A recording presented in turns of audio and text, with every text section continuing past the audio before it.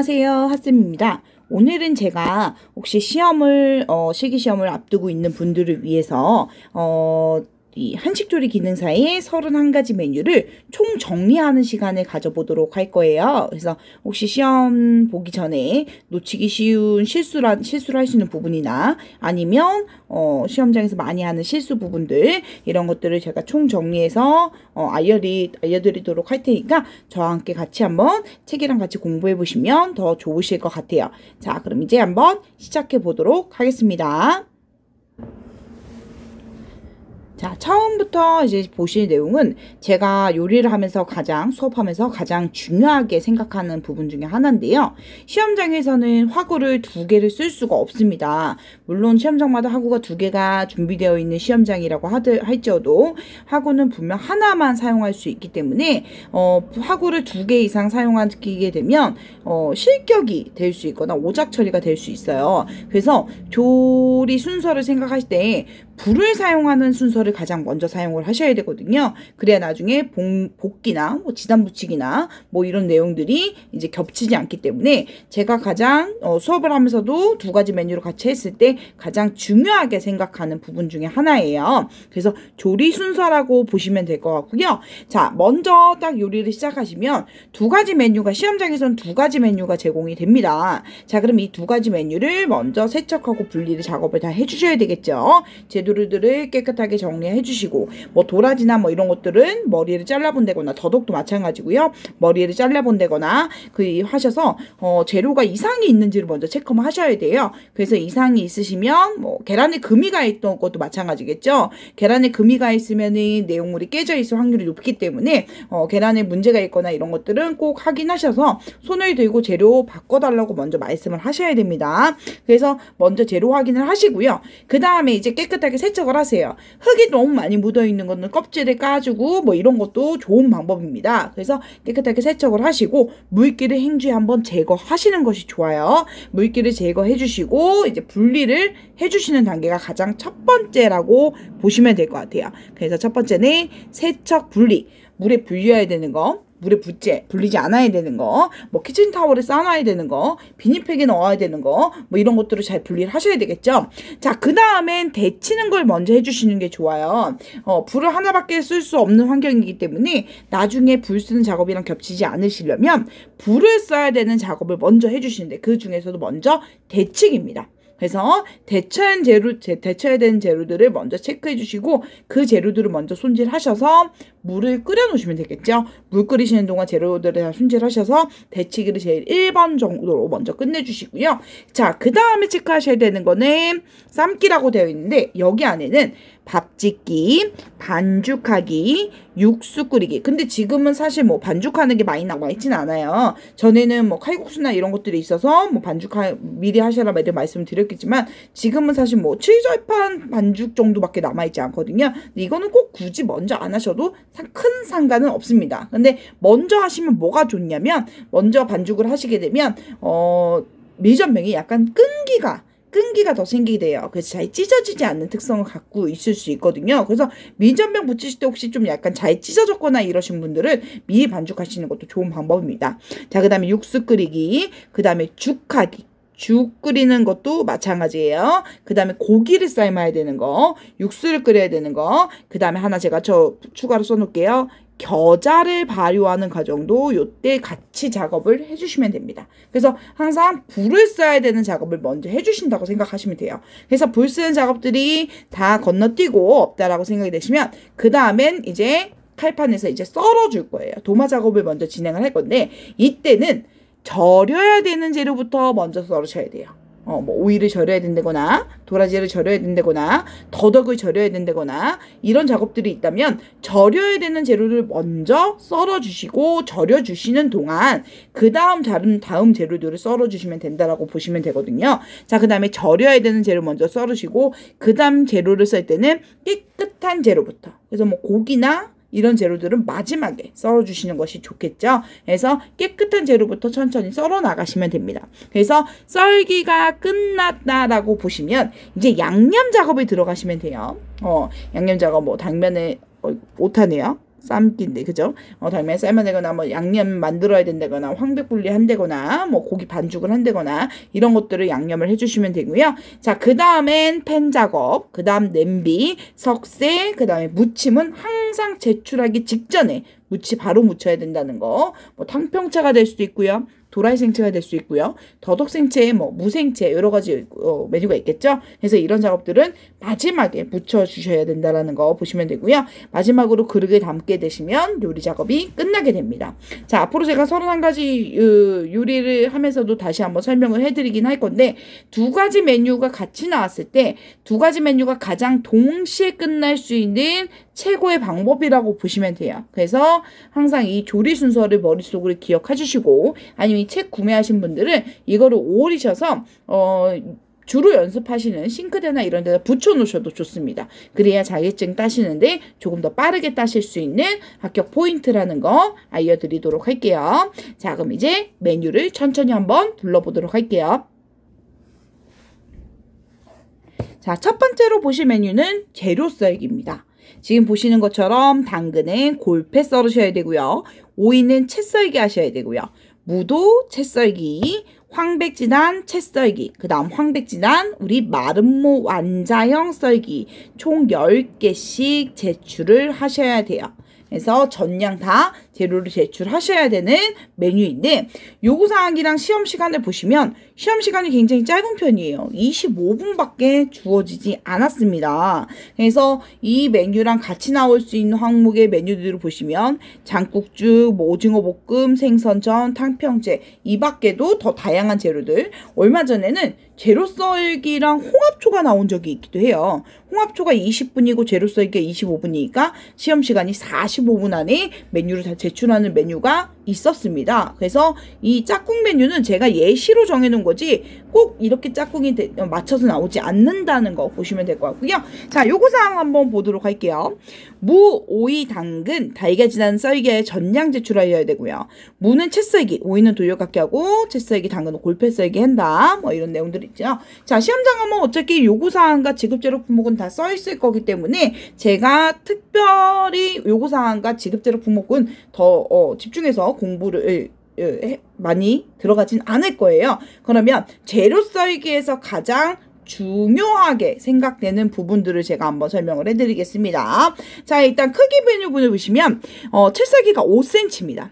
무도 5cm고요. 그 다음에 오이, 당근도 5cm로 썰어 주셔야 된다는 거. 그래서 오이를 처음에 받으시면은 돌려깎기부터 먼저 하시는 분들이 있어요. 근데 그렇게 하지 마시고 먼저 5cm로 계단을 하셔서 시작을 하셔야, 사실 오이의 길이가 길면 길수록 돌려깎기 하는데 조금 힘들 수 있거든요. 그래서 재단부터 먼저 하시고 그 다음 돌려깎기를 해주셔야 된다는 거 조금 기억을 해주시면 되고요. 자, 지금 마름모의 크기를 보시면 여기가 1.5, 여기도 1.5cm예요. 자, 마름모의 크기가 정마름모로 이쁘게 나오시려면 처음에 이 지단의 크기를 1.5cm를 넘어가시면 안 이쁘게 나와요. 이 크기 자체가, 제가 페이지 넘겨볼게요. 처음에 1.5cm가 사실 생각보다 작다 보니까 여기 길을 2cm로 넓게 잡으시는 분들이 있어요. 그러면 마름모가 굉장히 크게 나올 확률이 높습니다.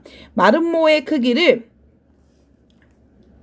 지단의 크기를 1.5cm로 작게 만들어 주셔야 마름모 자체가 이쁘게 정마름모로 나올 수 있다라는 거 좀 기억해 주시면 될 거고요. 제가 수업에서 가장 재료 썰기 수업할 때 가장 중요하게 여기는 부분이 뭐였냐면, 지단을 붙이는데 굉장히 오랜 시간이 걸린다는 거예요. 지단을 붙이는데 가장 오랜 시간이 걸릴 수밖에 없기 때문에 흰자 붙이는 시간 동안 제가 할 일을 항상 남겨놓으라고 하죠. 그래서 흰자 붙이는 동안 뭐 골패 썰기를 하지 않는다거나, 아니면 오이 돌려깎기를 하지 않는다거나, 무를 채 썰지 않는다거나, 이런 식으로 흰자 붙이는 동안 할 일을 남겨놓으시고 흰자를 천천히 붙여주시는 동안 작업을 해주시는 게 흰자가 더 이쁘게 나올 수 있고, 그 다음에 재료들도 규격이나 이런 것들을 맞출 수 있고, 시간 활용을 제일 좋게 할 수 있는 방법이라고 저는 생각을 하거든요.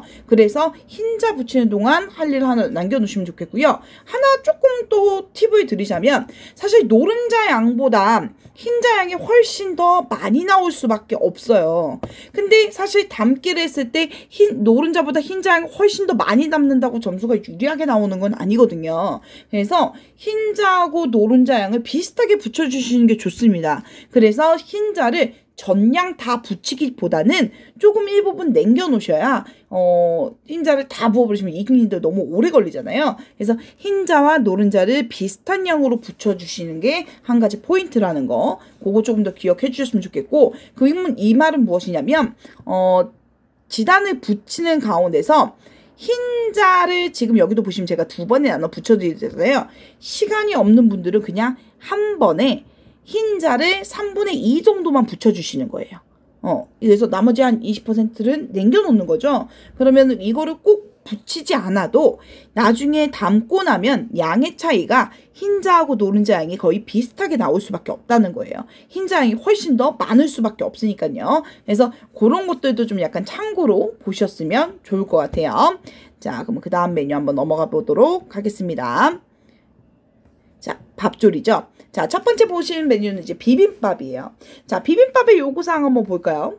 모든 크기가 5cm고요. 그 다음에 묵은 0.5cm, 소고기는 고추장볶음이랑 거 나눠야 된다. 뭐 이런 내용들이 남아있고요. 제가 사진이랑 같이 한번 보여드리겠습니다.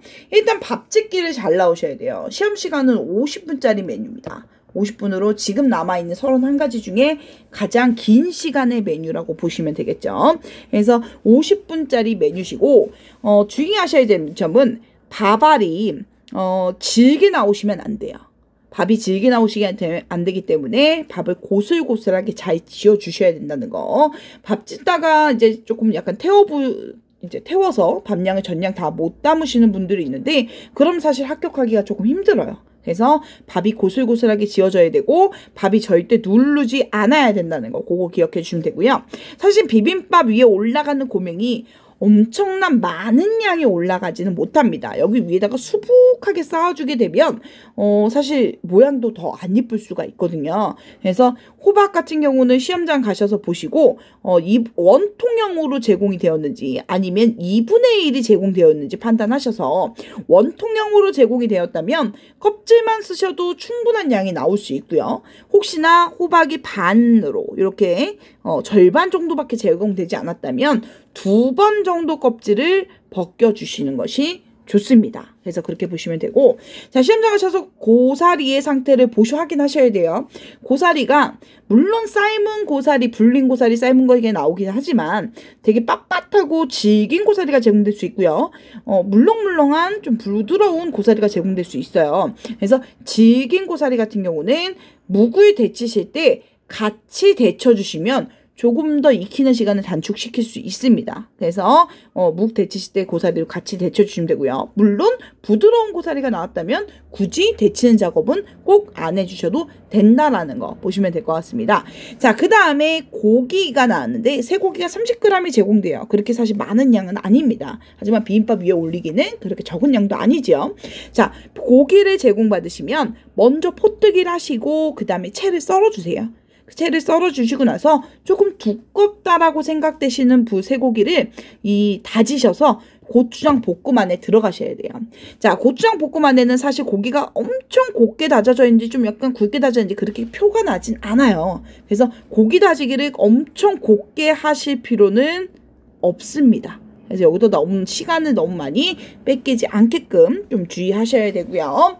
각조의 색깔이 조금 선명하게 살려 있어야 된다는 거 기억해 주시고요. 자, 특이하게 여기 위에 다시마 티각이 올라갔죠? 다시마 티각이 올라가게 됩니다. 그래서 팬을 잡는 순서를 좀 기억을 잘 해주셔야 되는데, 첫 번째로 1번 팬을 잡으시면 황백지단을 먼저 붙여주세요. 황백지단을 먼저 붙여주시게 되고 그 다음에 다시마를 튀겨주시는 것이 좋습니다. 자, 그래서 다시마를 튀기고 나면 기름이 남을 텐데요. 그 다시마 기름을 활용해서 나머지 재료들을 볶아줄 거예요. 그래서 다시마 튀기고 나면 그 다음 하얀색 재료 볶으시고요. 그 다음 초록색 재료 볶으시고요.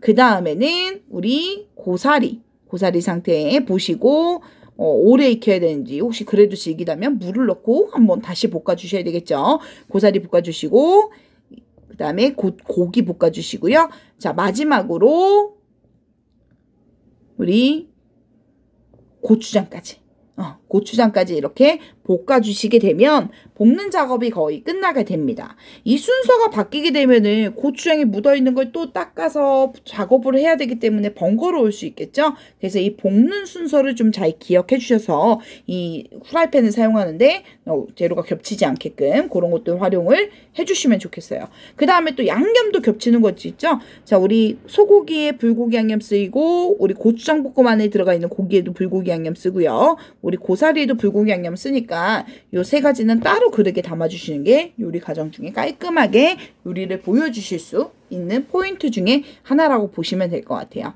자, 그래서 비빔밥 제가 또 알려드릴 게 있나 봤더니 지금 얘가 50분짜리 요리이기 때문에 나 같이 나올 수 있는 확률의 메뉴가 지금 15분짜리 아니면 20분짜리 요리. 근데 15분짜리 요리만 같이 나와도 괜찮은데 사실 20분짜리 요리는 굉장히 많아요. 엄청 많습니다. 뭐 육원전도 20분이고요. 홍합초도 20분이고요. 육회도 20분이고요. 그래서 나올 수 확률이 굉장히 높기 때문에 시험장 이 비빔밥이란 요리 자체가 자칫 잘못하면 시간을 좀 넘어가실 수도 있거든요. 그래서 그런 것도 좀 체크하셔서 시험 합격하시는데 도움이 되셨으면 좋겠습니다. 자, 다음 메뉴 한번 볼게요. 자, 콩나물밥입니다. 콩나물밥. 자, 요거상 한번 보고 올까요?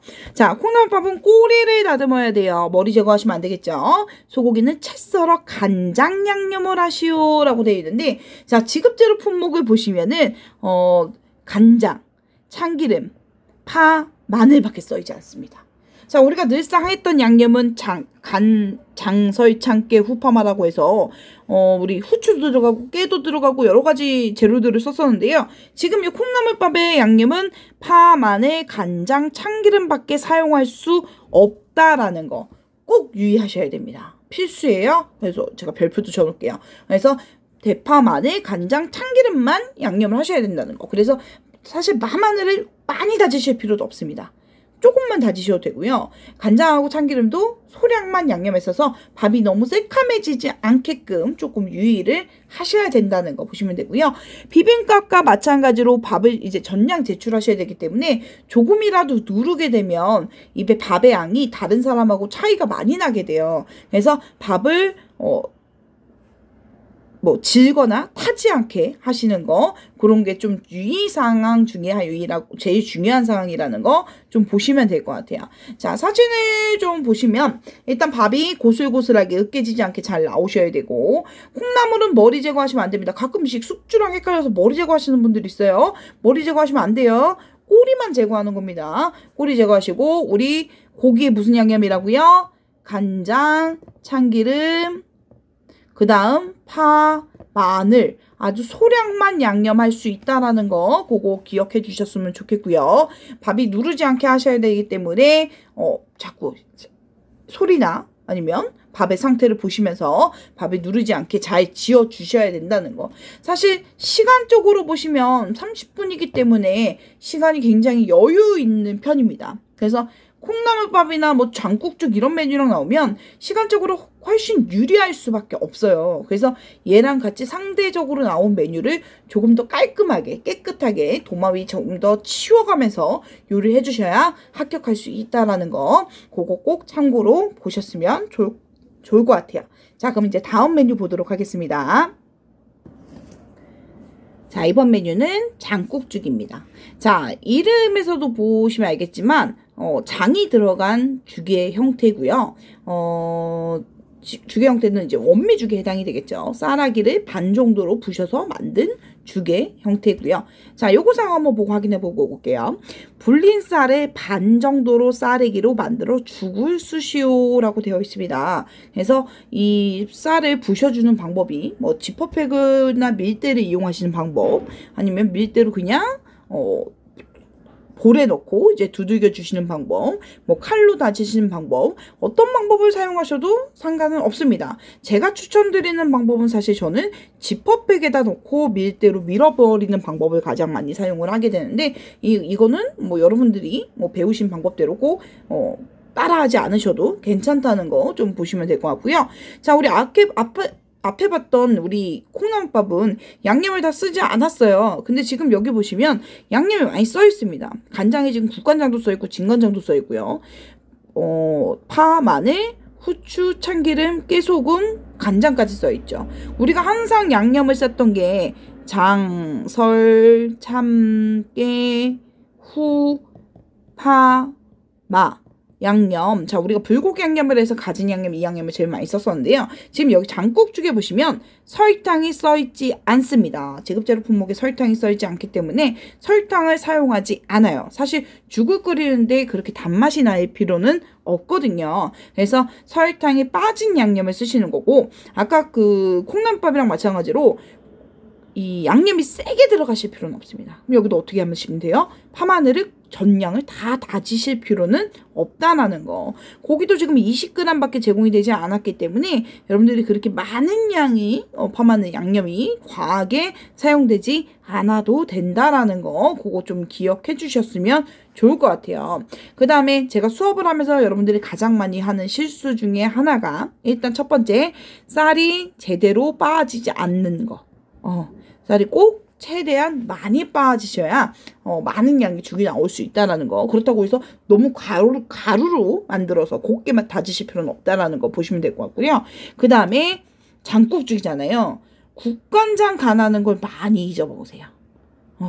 이거는 제가 봤을 때는 이 장국죽을 안 드셔보셨던 분들이 제일 많이 하는 실수인 것 같아요. 항상 음식을 하시면서는 간을 보셔야 되거든요. 국간장이 이렇게 색깔이 나와도 굉장히 싱거운 편입니다. 사실 죽을 같이 낼 때는 우리가 간장을 같이 제공하게 되어 있거든요. 왜냐면 간을 맞춰서 먹어야 되기 때문에. 우리 순댓국에 새우젓 나오는 것처럼 너무 당연한 거예요. 그래서 이 국간장을 넣으셔서 향과 맛을 살려주시는데, 색깔이 이렇게 약간 갈색빛이 전복죽 색깔이 나오셔도 간이 세지 않습니다. 그래서 국간장을 충분하게 넣으셔서 간을 맞추기보다는 색을 맞춰주셔야 된다라는 거, 그거 기억해 주시면 좋겠고요. 표고의 크기가 3cm예요. 3cm의 요구사항이 써있기 때문에 표고는 자꾸 끓이면 끓일수록 두꺼워지고 길어질 수밖에 없거든요. 이 건표고였다 보니까 주변의 수분을 자꾸 흡수하는 편이에요. 그래서 표고의 길이가 너무 크지 않게끔 3cm로 맞춰서 잘라서 죽을 써야 된다는 거, 그거 기억해 주시면 되겠고, 고명으로 이 표고를 꼭 올리지 않으셔도 괜찮습니다. 고명이 사실 없는 메뉴예요. 고명으로, 근데 모든 사진 같은 거 보면 표고가 이렇게 위에 여기 나열되어 있죠. 이거는 그냥 사진 찍기 위해서 이쁘라고 올린 거기 때문에 여러분들이 시간이 부족하다면 굳이 이 고명 작업을 안 하셔도 돼요. 이걸 너무 집착하지 않으셨으면 좋겠어요. 제일 중요한 건 국간장을 넣냐, 쌀을 곱게 빻냐, 쌀알이 흐리멍텅하지도록 쌀이 퍼지도록 죽을 잘 끓여냈냐, 요게 포인트이기 때문에 여러분들이 이 점을 꼭 기억해 주셨으면 좋겠고, 하나 더 팁을 드리자면 죽을 먼저 끓여 놓으세요. 그리고 아직 농도가 되지 않았을 때 좀 약간 묽은 상태에서 죽을 옆으로 뚜껑 닫아서 빼놓으시는 거예요. 그럼 그 안에서도 쌀알이 계속 퍼지게 되거든요. 농도가 계속 변할 수밖에 없습니다. 그래서 죽을 먼저 후루룩 좀 끓이시고 은은한 불에 좀 오래 끓이신 다음에 걔를 불 옆에다가 놓으셔서 쌀이 퍼질 수 있게끔 계속 놔두세요. 작업을 해주시고, 마지막에 한 번 더 끓여내시면 쌀알이 완전히 풀려있는, 퍼져있는 그런 죽을 만들어내실 수가 있는 거니까 간은 절대 미리 해주면 안 된다는 거 기억해 주시고, 쌀의 양의 몇 배의 물을 넣죠? 항상 이 주재료 쌀의 양의 5배에서 6배의 물을 넣어 주셔야 된다라는 거, 물량 체크 한번 해주시면 될 것 같고요. 자, 그래서 이렇게 장국죽은 이런 사항들을 유의해 주시면 될 것 같습니다. 자, 다음 메뉴 한번 확인해 볼게요. 메뉴는 완자탕입니다. 요구사항부터 확인해 보도록 할게요. 자, 요구사항을 먼저 보시면 완자는 직경 3cm 정도로 만들고 6개를 제출하셔야 됩니다. 국물의 양은 200ml 이상 제출하셔야 되고요. 달걀은 지단과 완자용으로 사용하며 고명으로 황백진한 각 2개씩 띄우라고 되어 있어요. 자, 시험 시간은 30분짜리 메뉴시고요. 완자탕이 생각보다 시간도 좀 많이 걸리고요. 난이도가 조금 높은 항목이라고 생각이 되시는데, 완자탕에서 조금 많이 실수하시는 부분들은 일단 사진부터 보시면 국물이 굉장히 맑아야 해요. 자, 사진이 제가 검은색이라서 잘 표시가 나지 않지만 숟가락을 대봤을 때 투명하게 비춰질 정도로 국물이 맑게 끓여주셔야 됩니다. 국물이 맑게 끓여주시려면 센 불에서 팔팔팔 끓이시는 게 아니라 은은하게 거품을 자꾸 제거하면서 오랫동안 끓여주시는 게 도움이 많이 될 거고요. 완자가 생각보다 깔끔하게 계란이 입혀지는 게 쉽지가 않아요. 완자의 계란이 깔끔하게 입혀지려면 후라이팬을 조금 달궈주신 상태에서 지단이 붙여지는 온도보다는 조금 더 높은 온도여야 됩니다. 조금 더 높은 온도에서 이 완자를 굴려가면서 익히셔야 완자가 깔끔하게 입혀질 거고요. 계란은 사실 지금 고명으로 들어가는 이 고명의 크기가, 지단의 크기가 생각보다 큰 편은 아니에요. 더군다나 국물 위에 띄어지는 이 지단 같은 경우는 두꺼운 지단보다는 얇게 붙여주시는 게 좋기 때문에, 글씨가 좀 엉망이죠? 얇게 붙여주시는 게 좋아서 고명을 붙이실 때 조금만, 우리 계량 스푼으로 따지면 작은 숟갈이죠.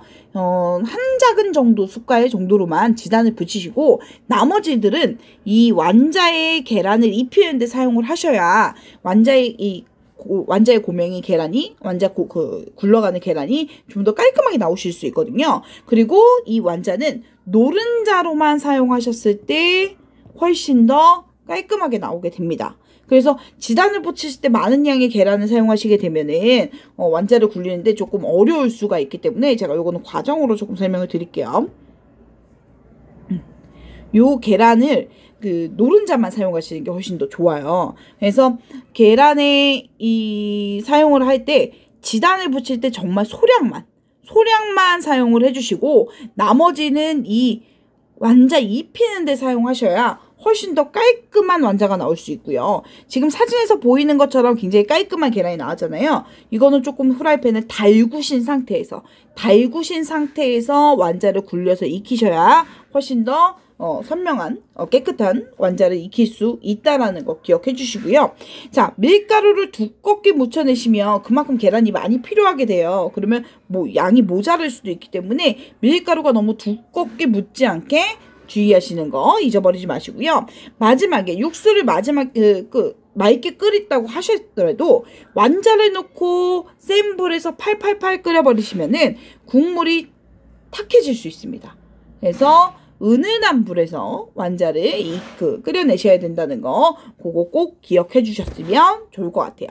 자, 다음 메뉴 확인해 보도록 하겠습니다. 이번 메뉴는 완자탕입니다. 자, 완자탕 요구사항부터 먼저 확인해 보도록 할게요. 자, 시험 시간은 20분짜리 메뉴시고요. 자, 두부는 2에 3에 1cm로 써시오. 홍고추는 0.5에 3cm, 실파는 3cm 길이로 썰으셔야 되고요. 간은 소금과 새우젓으로 하고 국물을 맑게 끓이셔야 돼요. 완자탕이랑 비슷하죠? 국물을 맑게 끓이셔야 된다는 거. 찌개 국물은 200ml 이상 제출하셔야 됩니다. 이거는 완자탕하고 또 동일한 메뉴에 해당이 된다는 거 보시면 될 것 같아요. 생각보다 요 200ml 이상 제출하시는 요거를 좀 많이 놓치시는 분들이 많은데, 국물의 양을 충분하게 내셔요. 그러니까 200ml만 딱 담아내시는 게 아니라 300ml 이상 제출하셔야 시험 감독들이 확인할 때 200ml 이상이 나올 수 있기 때문에, 여러분들이 딱 200ml만 내시는 것보다는 조금 더 많은 양의 국물을 담아내시는 게 좋다라는 거 보시면 될 것 같아요. 자, 사진을 보고 참고해 주시면, 자, 두부의 크기가 여기가 2cm고요. 여기가 3cm, 두께가 1cm짜리의 두부를 만들어 주셔야 돼요. 자, 두부가 끓이는 과정 중에 조금 더 커질 수 있기 때문에 두부를 센치에 딱 맞추시는 것보다 조금 작은 사이즈로 자르셔야 두부의 양이 많이 나올 수 있겠죠. 이 정량대로 얘들을 사이즈를 다 맞춰 자르다 보면은 두부의 양이 100g 두부가 제공이 되는데, 잘못 자르시게 되면 5개, 6개 이렇게 두부가 나오시는 경우가 많아요. 이렇게 내시면 절대 안 됩니다. 두부가 100g 이상의 제공이 되어 있기 때문에 최소 못해도 8개 이상의 두부를 제출하셔야지 시험에 합격할 수 있다는 거 꼭 말씀드릴 수 있고요. 자, 두부의 양이 적으면, 자, 이름이 보시면 알겠지만 두부젓국찌개입니다. 찌개의 느낌이 전혀 살지 않게 되어 있어요. 그래서 두부의 양을 조금 더 충분하게 썰으시려면 센치를 딱 맞추시는 것보다 조금 작게 썰으시는 거, 그리고 두부를 최대한 버리지 않으시는 거, 그런 것들을 좀 유의하셔야 되고요. 마지막에 참기름, 이렇게 참기름 보이시죠? 참기름 올리시는 거 잊어버리지 마시고요.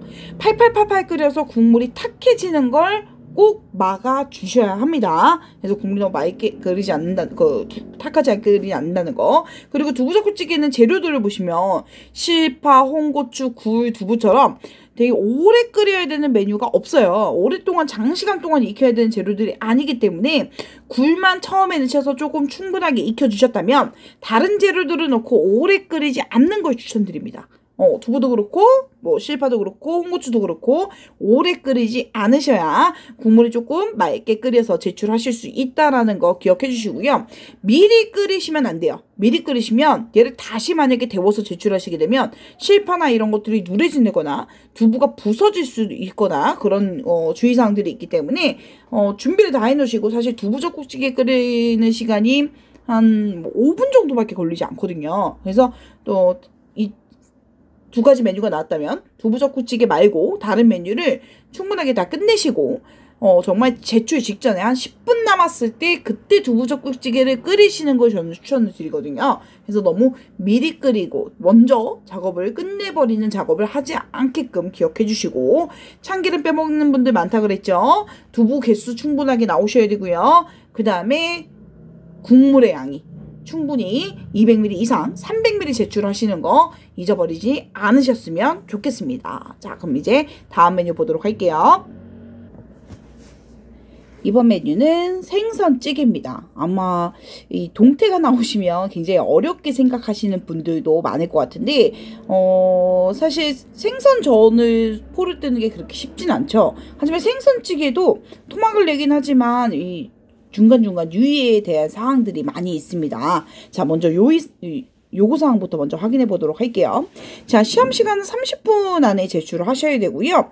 생선은 4에서 5cm 정도 토막을 자르시고, 무 두부는 2.5에 3.5에 0.8cm, 약간 직사각형 썰기죠. 약간 성냥각처럼 생겨있는 직사각형의 모양을 썰어주셔야 되고, 호박은 0.5cm의 반달형 썰기입니다. 여기 두께가 0.5cm가 나오셔야 된다는 거. 고추는 통어슷 썰기죠. 자, 고추가 이렇게 통째로 썰어 있다면 약간 어슷하게, 여기 길이가 4cm 정도가 될 수 있게끔 어슷하게 4cm 어슷 썰기를 해주시면 되고, 쑥갓갓 하는 4cm 썰어주시고, 고추장 고춧가루 사용하여 만들고요. 각 재료 익는 순서에 따라 조리하고, 생선살이 부서지지 않아야 된다. 자, 생선살이 부서지지 않으시려면 어떻게 해야 돼요? 너무 숟가락으로 뒤집어가면서 끓이신다거나 뒤적거린다거나 아니면 되게 장시간을 끓인다거나 찬물에서 끓인다거나 이런 일을 하면 부서질 수 있으니까 이런 점도 주의해 주시고요. 생선 머리를 포함하여 전량 제출하셔야 된다는 거 기억해 주시면 될 것 같아요. 자, 이거는 좀 복잡하기 때문에 제가 조리 과정이랑 같이 볼 건데요. 자, 일단 생선을 놓으시고 비늘을 꼬리에서 머리 방향으로 제거하셔야 된다는 거 기억해 주셨으면 좋겠고요. 이 생선전 같은 경우는 여기를 사선으로 잘라주셔야 돼요. 사선으로 잘라서 최대한 여기에 있는 머리살까지 살려주시는 게 좋으신데, 생선찌개 같은 경우는 주둥이 먼저 자르시고요. 여기 지느러미와 아가미 사이로 칼질을 해주셔서 이 머리를 통째로 사용해 주셔야 된다는 거 잊어먹지 마시고요. 생선전 같은 경우는 배를 갈라서 내장을 제거합니다. 하지만 생선찌개는 머리를 토막을 내시고 이 토막 안에서 내장을 손으로 다 끄집어 내셔야 된다는 거 기억해 주시면 좋겠고요. 머리에 있는 아가미 전부 다 꼭 제거해 주시고, 그리고 지금 여기 사진에도 보이시죠? 여기 막을 꼭 터트려 주셔야 됩니다. 여기에 있는 막을 칼이나 뭐 가위나 손으로 터트려줘도 다 터질 수가 있어요. 여기를 갈라서 이 고여있는 피까지 전부 다 제거를 해주셔야 깔끔한 생선찌개를 끓일 수가 있고요. 여기 보시면 검은색 막도 있어요. 이 검은색 막도 깨끗하게 다 긁어서 제거를 해주셔야 된다라는 거 그것도 기억해 주셨으면 좋을 것 같아요. 그래서 토막을 다 내시고 깨끗하게 정리를 하셨다면 이렇게 물에 담가서 깔끔한 상태를 보여주셔야 됩니다. 만약에 이 물이 지저분하다면 깨끗하게 제거가 되지 않았다는 거겠죠. 그래서 깨끗하게 요 생선찌개 이 토막들이 물속에 담가서 나머지 여기 피에 고여있는 핏물마저 다 제거가 될 수 있게끔 물에 담가서 이제 정리를 해주시는 게 좋습니다. 그래서 생선을 이렇게 깨끗하게 정리하시면 꼭 도마 세척하시는 거 잊어버리지 마시고요. 그동안 이제 야채를 깨끗하게 다 요구사항대로 맞춰서 잘라주시면 될 것 같아요. 자, 내용도 한번 볼게요. 자, 고추도 썰어주시고 그 다음에 물을 끓이시면은 먼저 양념이랑 무예요. 여기 보이시죠? 물을 먼저 넣고 끓여주셔야 됩니다. 먼저 끓이시고 반드시 물이 끓기 시작하면 그때 생선을 먼저 1번으로 생선을 먼저 넣어주시고 그 다음 2번 호박을 넣어주셔야 돼요. 그래서 호박이 조금 더 반 정도 익었다라면 다른 야채까지 같이 넣으셔서 끓여주시는데 여기 시간이 한 호박에서 야채로 넘어가는 시간 자체가 채 한 3, 4분 정도밖에 시간이 되지 않습니다. 너무 오랫동안 끓이게 되면 어떻게 되냐면 이 호박에 있는 씨가 무르게 돼요. 호박의 씨가 무르게 되면 지저분하게 나올 수가 있기 때문에 너무 오랫동안 장시간 동안 끓이지 않게끔 좀 주의해 주셔야 되고 담아내실 때 아무래도 깔끔하게 이쁘게 담아내 주시는 게 좋겠죠. 쑥갓은 넣고 끓이시는 것보다 마지막 완성품에 이렇게 꽂아서 제출해 주시는 게 좋다라는 거 보시면 될 거고요. 생선찌개라는 것 자체가 위생이나 청결도 그 다음에 생선을 손질하는 방법 이런 데에 점수가 많이 이제 집중되어 있기 때문에 생선이 아가미 이빨 제거하시는 거 그 다음에 내장 깨끗하게 제거해 주시는 거 그리고 일이나 고니같이 먹을 수 있는 내장도 있기 때문에 이런 것들도 좀 분별력이 있으셔야 된다라는 거 기억해 주시고요. 너무 센 불에 팔팔팔 오래 끓여버려도 생선살이 부서질 수 있다라는 거 이런 것도 좀 기억해 주셨으면 좋을 것 같습니다. 자, 그러면 다음 메뉴 확인해 보도록 할게요. 자, 이번 메뉴는 두부조림입니다. 생각보다 이 두부조림에서 불합격하시는 분들이 많더라고요. 늘상 집에서 만났던 요리고 요리 과정도 복잡하지 않아서 되게 자신 있게 생각하셨는데 생각보다 높은 점수를 맞지 않으신 분들이 많으신 것 같아요. 그래서 두부조림의 요구사항부터 먼저 확인하도록 하겠습니다. 자, 일단 시간을 보시면 25분 안에 제출하셔야 되고요. 두부는 0.8에 3에 4.5cm로 써시오. 8쪽을 제출하셔야 되고요. 촉촉하게 보이도록 국물을 약간 끼얹어 내시오. 실파와 파채를 고명으로 얹어 내시오라는 요구사항이 있습니다. 일단 두부의 크기를 보시면 길이가 4.5cm고요. 폭이 3cm고요. 두께가 0.8cm로 약간 직사각형, 옛날 성냥깍처럼 생겨있는 이렇게 모양의 직사각형의 두부라고 보시면 되고요. 얘가 8개 이상이 제출하셔야 됩니다. 뭐 꼭 9개를 내실 필요는 없고요. 8개만 제출하시면 되는데 중요한 건 두부 써는 데 있어서 시간이 사실 25분이시면 두부조림을 하시는데 부족한 시간이 아닙니다. 절대로. 그래서 두부를 써시는데 너무 급하게 써지 않으셨으면 좋겠어요. 조금 천천히 두부의 이 크기나 이런 것들을 좀 생각하셔서 좀 자신있게 뚝뚝뚝 이렇게 썰어 나가셔야 되는데 약간 긴장을 하다 보면 손이 이렇게 떨리기도 하거든요. 막 손이 떨리고 좀 너무 센치에 연연하다 보니까 잘 맞추려고 하다 보면 두부가 그 손 떨림이 그대로 이렇게 표현이 되는 경우가 있어요. 두부 조각에서. 그래서 이 두부 써는데 너무 많은 긴장하지 않게끔 그리고 너무 빨리 썰려고 하지 않는다는 거 그런 것도 좀 약간 주의해 주셨으면 좋겠고 8개의 크기가 같아야 합니다. 그래서 두부가 조금 센치가 다르다고 해서 조금 잘라내고 조금 잘라내고 조금 잘라내다 보면 8개의 크기가 달라질 수밖에 없거든요. 그래서 두부를 처음에 자르실 때 두부의 크기를 최대한 맞춰서 나올 수 있게끔 이 직사각형의 두부만 제공되는 게 아니라 정사각형의 두부가 제공이 되기도 해요. 그래서 두부의 크기를 먼저 4.5cm를 충분하게 찾아주셔야 됩니다. 4.5cm를 충분하게 찾아주시고 그 다음 3cm를 맞춰서 잘라나가셔야지 이 조그만 토막에서도 나머지 모자른 두부를 더 뺄 수가 있게 되는 거거든요.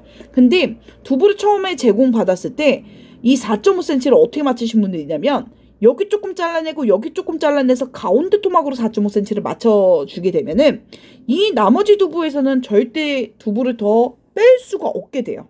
그래서 꼭 한쪽으로 치우치셔서 4.5cm를 충분하게 맞춰주셔야 나머지 부분에서 두부를 살릴 수 있다라는 거. 그거 꼭 기억해 주셨으면 좋을 것 같고요. 일정하게 8개 썰어주시는 거 엄청 중요합니다. 그리고 가끔 두부를 안 지져내시는 분들이 있어요. 이제 깜빡하셨겠죠? 두부를 꼭 지지셔야 된다는 거. 두부를 썰어 놓은 다음에 소금을 아주 살짝 뿌려요. 소금을 뿌리시면 아무래도 두부가 이제 수분을 뱉어내니까 단단해질 수 있겠죠. 그리고 어떤 두부가 제공될 수 있으면 진짜 옛날 두부 막 글씨 써있고 막 홈 파여있고 막 이런 표면이 안 예쁜 두부가 나올 수도 있어요.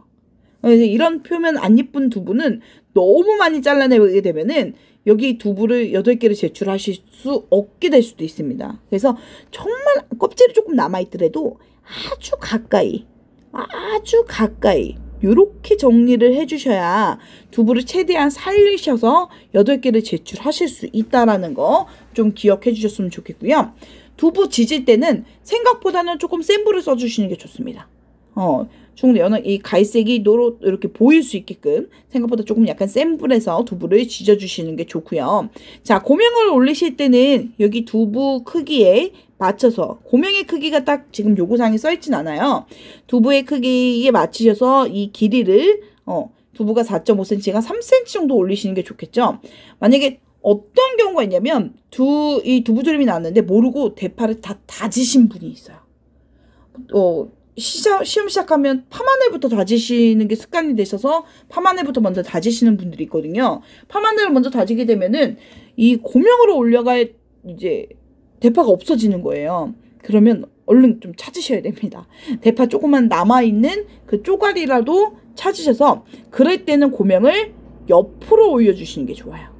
길이로 살리지 마시고 조그만 토막에서 실고추와 대파를 이런 식으로 고명을 올릴 수 있게끔 그렇게 해주시면 고명이 부족하지 않겠죠. 혹시 그 대파를 먼저 다지셨더라도. 그래서 고명이 충분하게 올릴 수 있게끔 하시면 될 것 같고, 자, 두부 센 불에서 지지시는 거, 그 다음에 고명 올리실 대파 꼭 남겨놓으시는 거, 그 다음에 두부 크기 일정하게 8개 맞추시는 거, 이런 것들이 주의사항이기 때문에 꼭 주의하셔서 시험에 응시하셨으면 좋겠습니다. 자, 그러면 이렇게 두부조림까지 1탄을 마쳐보도록 할게요. 다음 2탄에선 다음 요리로 같이 만나보도록 하겠습니다.